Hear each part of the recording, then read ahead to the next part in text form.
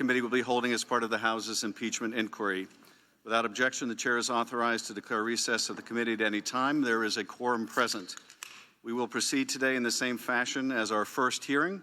I will make an opening statement, and then Ranking Member Nunes will have the opportunity to make a statement. Then we will turn to our witness for an opening statement and then to questions. For audience members, we welcome you and respect your interest in being here. In turn, we ask for your respect as we proceed with today's hearing. It is the intention of the committee to proceed without disruptions. As chairman, I will take all necessary and appropriate steps to maintain order to ensure that the committee is run in accordance with House rules and House Resolution 660. With that, I now recognize myself to give an opening statement in the impeachment inquiry into Donald J. Trump, the 45th President of the United States.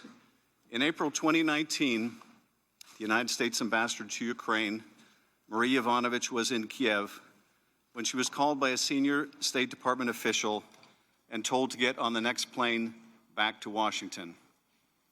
Upon her return to D.C., she was informed by her superiors that although she had done nothing wrong, she could no longer serve as ambassador to Ukraine because she did not have the confidence of the president. It was a stunning turn of events for this highly regarded career diplomat who had done such a remarkable job fighting corruption in Ukraine that a short time earlier she had been asked by the State Department to extend her tour. Ambassador Yovanovitch has been in the Foreign Service for 33 years and served much of that time in the former Soviet Union. Her parents had fled Stalin and later Hitler before settling in the United States. She is an exemplary officer who is widely praised and respected by her colleagues. She is known as an anti-corruption champion whose tour in Kiev was viewed as very successful. Ambassador Michael McKinley, who had served with her in the Foreign Service for several decades, stated that from the earliest days of her career in the Foreign Service, she was excellent, serious, committed. I certainly remember her being one of those people who seemed to be destined for greater things. Her successor as acting chief of mission in Ukraine, Ambassador Bill Taylor, described her as very frank. She was very direct. She made points very clearly, and she was indeed tough on corruption. And she named names. And that sometimes is controversial out there, but she's a strong person and made those charges.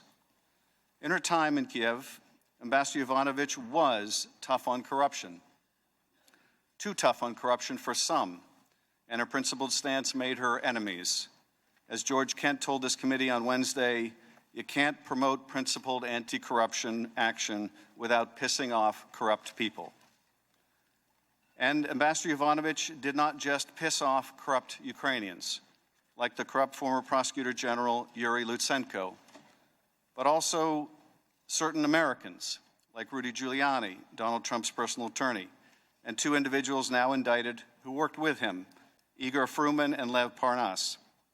Lutsenko, Giuliani, Fruman, Parnas, and others who would come to include the president's own son, Don Jr., promoted a smear campaign against her based on false allegations. At the State Department, there was an effort to push back, to obtain a statement of support from Secretary Pompeo, but those efforts failed when it became clear that President Trump wanted her gone.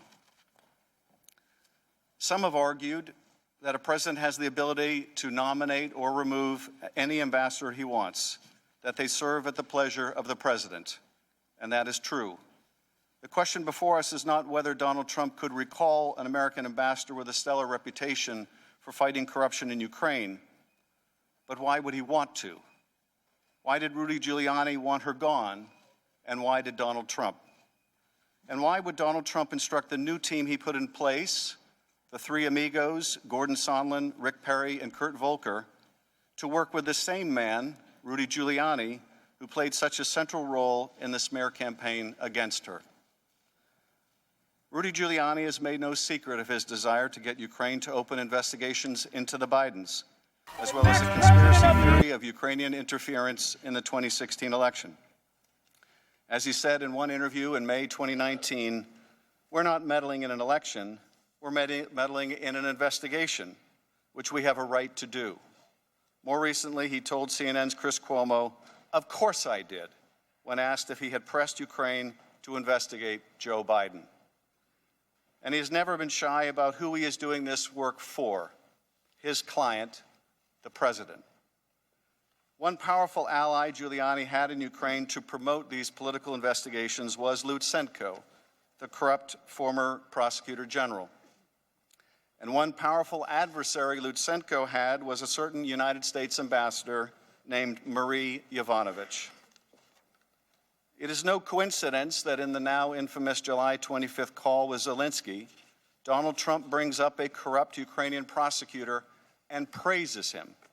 Against all evidence, Trump claims that this former prosecutor general was very good and he was shut down, and that's really unfair. But the woman known for fighting corruption, his own former ambassador, the woman ruthlessly smeared and driven from her post, the president does nothing but disparage, or worse, threaten. Well, she's going to go through some things, the president declares. That tells you a lot about the president's priorities and intentions. Getting rid of Ambassador Yovanovitch helped set the stage for an irregular channel that could pursue the two investigations that mattered so much to the president: the 2016 conspiracy theory, and most important, an investigation into the 2020 political opponent he apparently feared most, Joe Biden.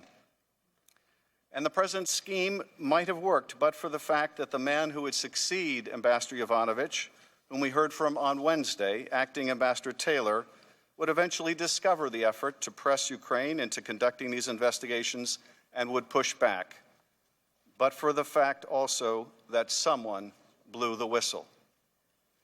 Ambassador Yovanovitch was serving our nation's interest in fighting corruption in Ukraine, but she was considered an obstacle to the furtherance of the president's personal and political agenda. For that, she was smeared and cast aside.